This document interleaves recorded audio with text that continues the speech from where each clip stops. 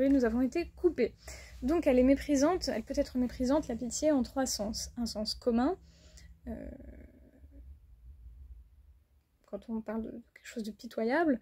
La pitié, ça peut être... alors j'ai écrit pitié égale honte, oui, on voit en quoi ça peut être rapporté à la honte. Et... oui, et la pitié peut s'adresser davantage à l'ennemi, parce qu'on se met au-dessus de lui, en fait. Ce qui peut devenir ridicule. Donc, méprisante au sens de méprise, déjà. Nietzsche, tous ceux qui voient que nous souffrons se méprennent sur notre souffrance. Le propre de la pitié, c'est de dépouiller toute souffrance étrangère de ce qu'elle a de vraiment personnel. Nos bienfaiteurs, plus que nos ennemis, rapetissent notre valeur et notre volonté. Donc on diminue aussi la force des gens qu'on prend en pitié, on s'approprie leur souffrance. Intrusion insupportable de celui qui veut prendre part à notre souffrance, qui est notre intimité. Identité dépouillée. Plusieurs présupposés que cette souffrance ne nous est pas nécessaire, paragraphe 338 du Gai Savoir. Aussi, elle fait partie de la vie, et l'enlever, c'est enlever une part d'expérience. Nietzsche parle de la religion du bien-être. Qui sait s'il n'essaie pas de rabaisser ma propre souffrance à hauteur de sa médiocrité? Il y a une prétention à comprendre. Or, on peut avoir pitié de gens qui ne se sentent absolument pas à plaindre, et c'est vexant pour eux, dans ce cas. Dans la pitié, il y a une sorte de jouissance de se savoir épargné, dont parle Ricoeur, c'est l'égoïsme. C'est à moi que je pense, je me donne bonne conscience, et en plus, en croyant être vertueux. Or, qui veut faire l'ange fait la bête, bien souvent. Par la pitié, je peux être proche de l'homme comme radicalement étranger. Je mets une mise à distance. Je me mets à distance. En fait, on ne va pas vers l'autre, on rapporte l'autre à soi, c'est le problème. On peut penser à Horia Bouteldja quand elle essentialise les individus en interprétant leurs souffrances et juge leurs actes à l'aune de ces souffrances réelles ou imaginaires pour en faire un système et décrète leur nature et leur cause en parlant en leur nom. On peut se demander de quel droit. C'est pour ça que Nietzsche préfère l'amour du lointain plutôt que l'amour du prochain. Ne pas faire de soi une norme pour les autres. Donc c'est un mépris qui ne se vit pas comme tel. C'est là qu'elle devient vraiment dangereuse et pas seulement douteuse comme vertu pure. La pitié peut excuser des comportements. On dira que ce n'est pas sa faute, donc peut excuser des délits ou des crimes. Il y en a de multiples exemples odieux dans ce livre, Horia Bouteldja, Les Blancs, les Juifs et nous.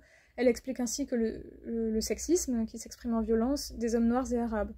Citation, hein, dans une société castratrice, patriarcale et raciste, où subissant l'impérialisme, exister, c'est exister virilement.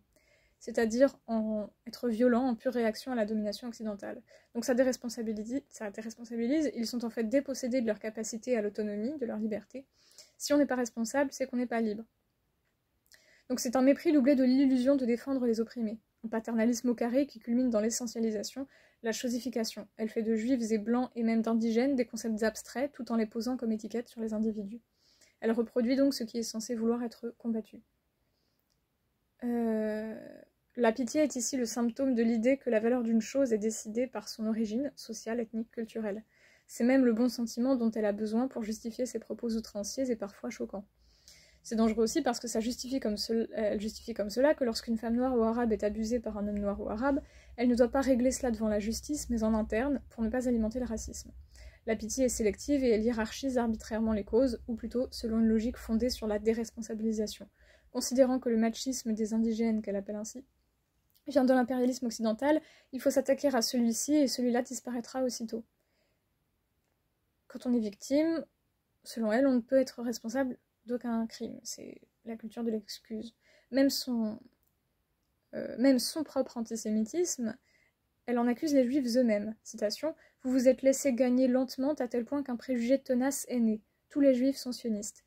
Désormais, lorsque vous ne l'êtes pas, vous devez le prouver. Le pire, c'est mon regard lorsque, dans la rue, je croise un enfant portant une kippa. Cet instant furtif où je m'arrête pour le regarder. Le pire, c'est la disparition de mon indifférence vis-à-vis de vous, le possible prélude de ma ruine intérieure. » C'est aussi cette pitié hiérarchique qui l'a conduite au titre de son livre. Les juifs ne sont que cousins, bourreaux-victimes, car, à cause du conflit Israël-Palestine, ce qui fait penser à Sartre, hein, pour l'Européen, pas de pitié, pas de pitié ici, et donc de telles sentences et abstractions ne semblent pas poser problème. Quand il dit, voilà, quand un opprimé tue un Européen, il fait d'une pierre deux coups, reste un homme mort et un homme libre. Les Blancs sont coupables, les Indigènes des victimes absolues. Elle leur manifeste à la fois la plus grande compassion, ils sont frères et sœurs en souffrance notamment, elle va jusqu'à dire cela de Merah, Mohamed Merah, et le plus profond mépris. Elle les prive de leur responsabilité individuelle. Elle ne les pense que comme membres interchangeables d'un groupe, d'une communauté dont ils ne peuvent prétendre se démarquer sans la trahir, ce qui est dangereux. Mais l'indifférence est pire. Est-ce qu'il faudrait être donc égoïste ? Alors j'ai écrit ne pas évacuer la sensibilité. Oui, parce que la pitié, c'est la sensibilité aux souffrances d'autrui sans les partager. Ce qui serait la compassion. C'est passif, ça se différencie aussi de la sollicitude, une attention effective et positive qui se témoigne. La pitié qui prétend sentir et connaître exactement la souffrance de l'autre est dangereuse car elle se méprend, ce n'est jamais possible. Pourtant son absence totale n'est pas non plus souhaitable ou risque de tomber dans l'indifférence. Pour comprendre la signification de cette sensibilité, il est nécessaire de dépasser l'opposition de l'amour du prochain et de l'amour du lointain qui ne permet pas d'expliquer l'oubli de soi propre à la compassion. En effet, dans la vraie compassion, ce n'est pas moi qui m'oublie, c'est l'autre qui m'arrache à moi-même.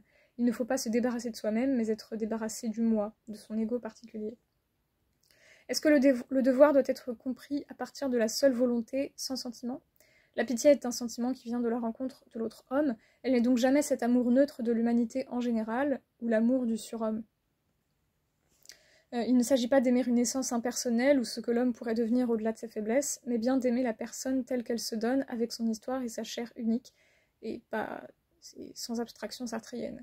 Cette rencontre par la pitié ou la compassion, si l'on préfère, peut développer des possibilités qu'on n'imaginait pas. Je faisais référence à La Chute de Camus, où tout d'un coup Jean-Baptiste Clamence éprouve un sentiment altruiste. On voit donc qu'il est impossible de séparer la sensibilité et le devoir, dans la mesure où la sensibilité n'est pas d'abord un enfermement en soi, mais se comprend comme une ouverture sans laquelle il n'y a pas de rencontre du prochain.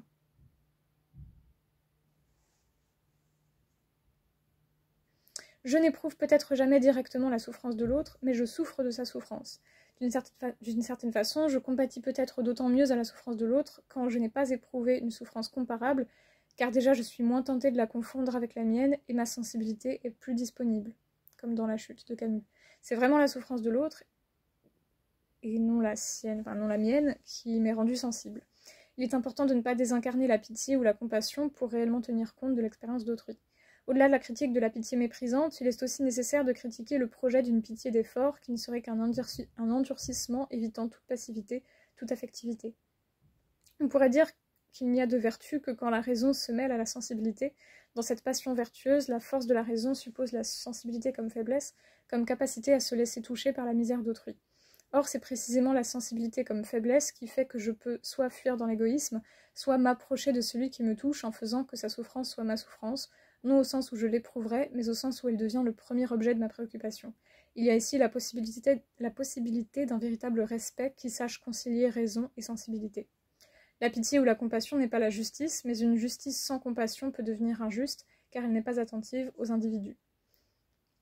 Elle consiste à être témoin de la souffrance de l'autre et non spectateur, c'est-à-dire se laisser transformer par l'autre homme et convertir ce qu'il peut y avoir de fragile dans cette sensibilité en force de présence et d'action. Il y a une sagesse quand il y a une humilité de la non-toute-puissance et du décentrement. C'est bien l'autre qui souffre de façon unique et singulière, et non moi.